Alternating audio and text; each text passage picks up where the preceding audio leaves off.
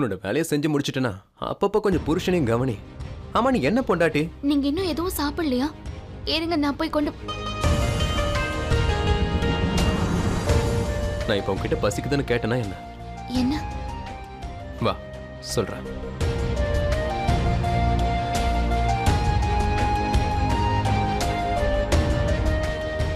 உனக்கு எதிரில் உட்காந்துக்கிட்டு உன்னை நான் பார்த்துக்கிட்டே இருக்கணும். என் மனசுல தோன்ற எல்லாத்தையும் நான் சொல்லிக்கிட்டே இருக்கணும். நீ அப்பாவித்தனமா சொல்ற விஷயங்களை நான் கேட்டுக்கிட்டே இருக்கணும்.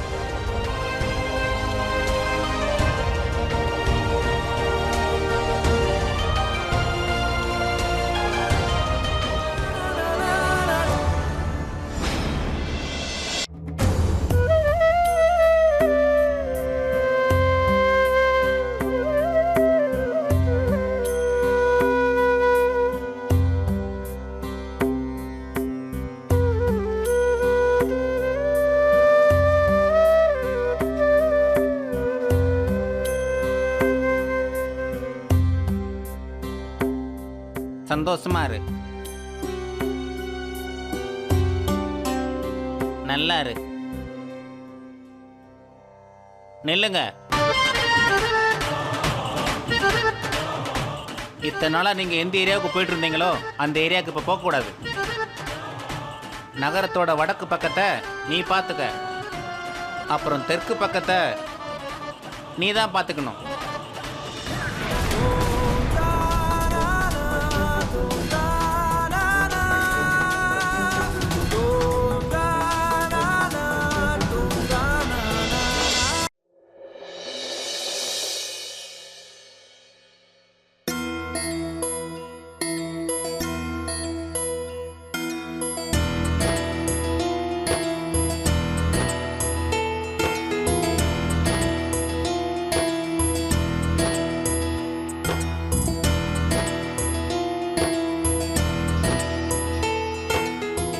சௌமியா,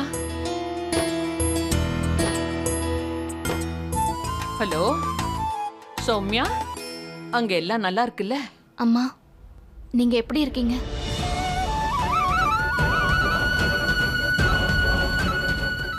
நீ என்ன சொன்ன? மறுபடியும் இன்னொரு தடவை சொல்லு. அம்மா, ஒரு அம்மா மாதிரி தான் நீங்க என்ன காப்பாத்துனீங்க. ஒருவேளை நீங்க மட்டும் இன்னைக்கு இல்லைன்னா எனக்கு என்ன ஆயிருக்கும்? நீங்க எப்படி இருக்கீங்க? நீங்க ஏதாவது சாப்பிட்டீங்களா இல்லையா? இன்னைக்கு முதல் தடவையா என்ன ஒருத்தர் அம்மான்னு கூப்பிடுறத கேட்டேன். என் மனசெல்லாம் இப்பவே நிறைஞ்சிடுச்சு.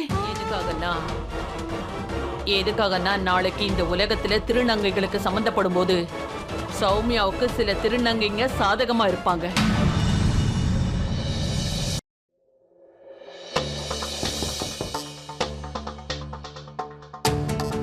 என்னங்க, நான் உங்ககிட்ட கொஞ்சம் பேசணும். அது என்ன கொஞ்சம்? நிறையவே பேசு. வா உட்காந்து பேசு. வீட்டு ஞாபகமா இருக்குங்க. ஒரு 2-3 நாள் வீட்டுல தங்கிட்டு வரலாம்னு நினைக்கிறேன்.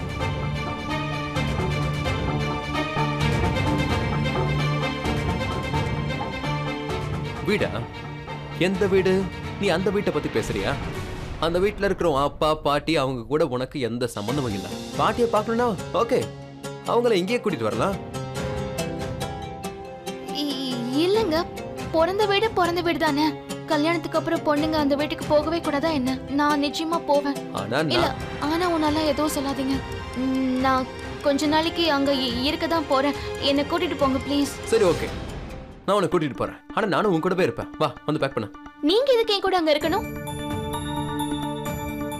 அதாவது நீங்க என் கூட இங்க இருந்தா என்ன, இல்ல அங்க இருக்கட்டும். இருக்கட்டும்.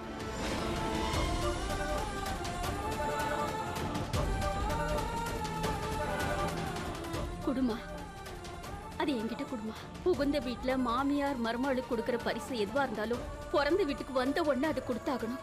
அம்மா இல்லனாலும் பரவாயில்ல, என்கிட்ட அது குடுமா. நானும் உன்னோட அம்மா மாதிரி தானே, என்கிட்ட குடுமா.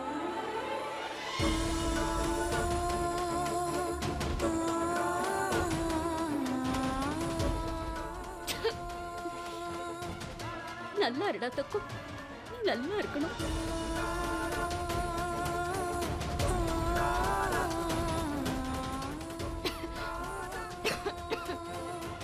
என்னம்மா ஜலதோஷம் பிடிச்சிடுச்சா? சரிப்பா.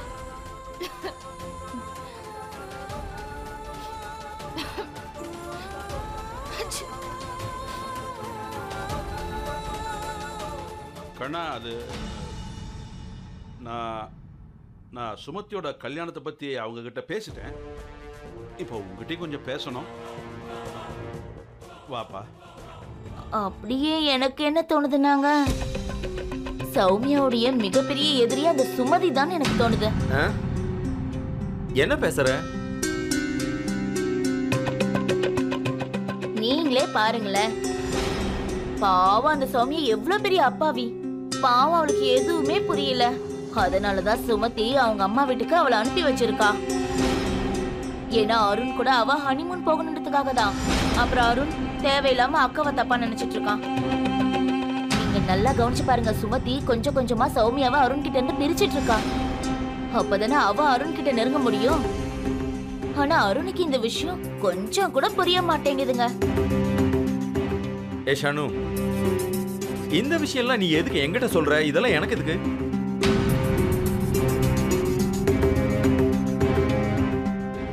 இங்க பாருங்க, யாரு கேட்கணுமோ அவங்க கேட்டுட்டாங்க.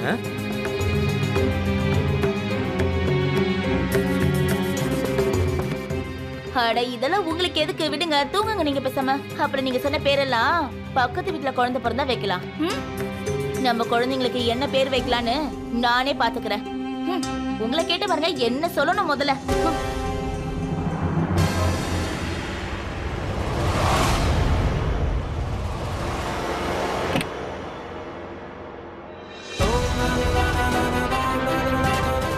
இருக்கட்டும்,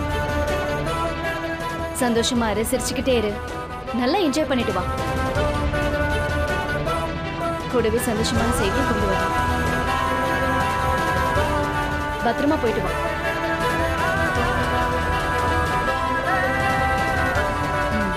கவனமா இரு.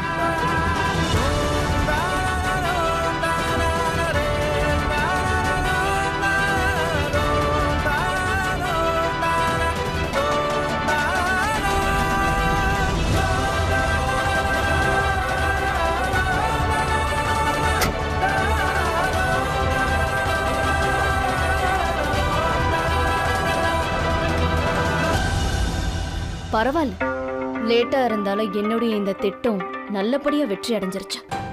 2 பேரும் மும்பையில ஒன்னா சேர்ந்து இருந்தாங்கன்னா நெருக்கமாயிடுவாங்க. அவங்க 2 பேருக்குள்ள நுழையறதுக்கு சௌமியாவும் இருக்க மாட்டான். வித்தியாசமா இருக்கு. மத்தவங்க சந்தோஷத்துக்காக நாம ஹனிமூனுக்கு போயிட்டு இருக்கோம். இந்த மாதிரி உலகத்துல யாருக்குமே நடந்திருக்காது. விசித்திரமா தான் இருக்கும், ஆனா போய் தானே ஆகணும். அதோட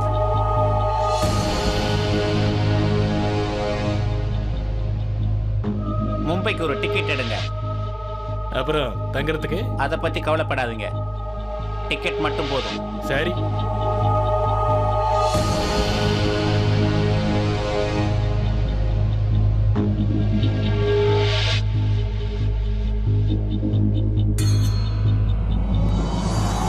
காமலி,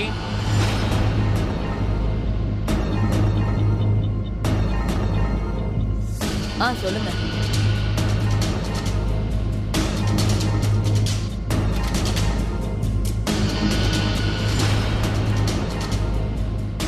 நீ எங்கேயும் போகக்கூடாது. நீ என்ன நினைச்ச? மல்லிகா கிட்ட எல்லா விஷயத்தையும் யாரு சொல்றான்னு எனக்கு தெரியாதுன்னு நினைச்சியா? இதுக்கப்புறம் இங்க நடக்கிற விஷயம் எதையாவது அங்க சொன்ன உன்னை நான் சும்மா விட மாட்டேன். சரி, நான் யாருக்கும் சொல்ல மாட்டேன். ஆனா ஒரு விஷயத்தை நீங்களும் தெரிஞ்சுக்கோங்க, தீமையை அழிக்கிறதுக்கு உண்மைக்கு யாரோட துணையும் தேவைப்படாது. நீங்க பண்ணிட்டு இருக்க இந்த கெட்ட விஷயங்கள் எல்லாம் மல்லிகாக்காக்கு சீக்கிரமா போய் சேர்ந்துரும்.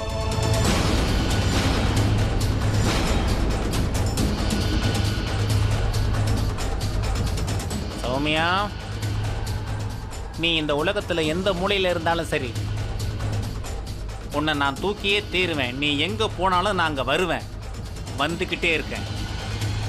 நானும் உன் கூடவே மும்பைக்கு வர்றேன்.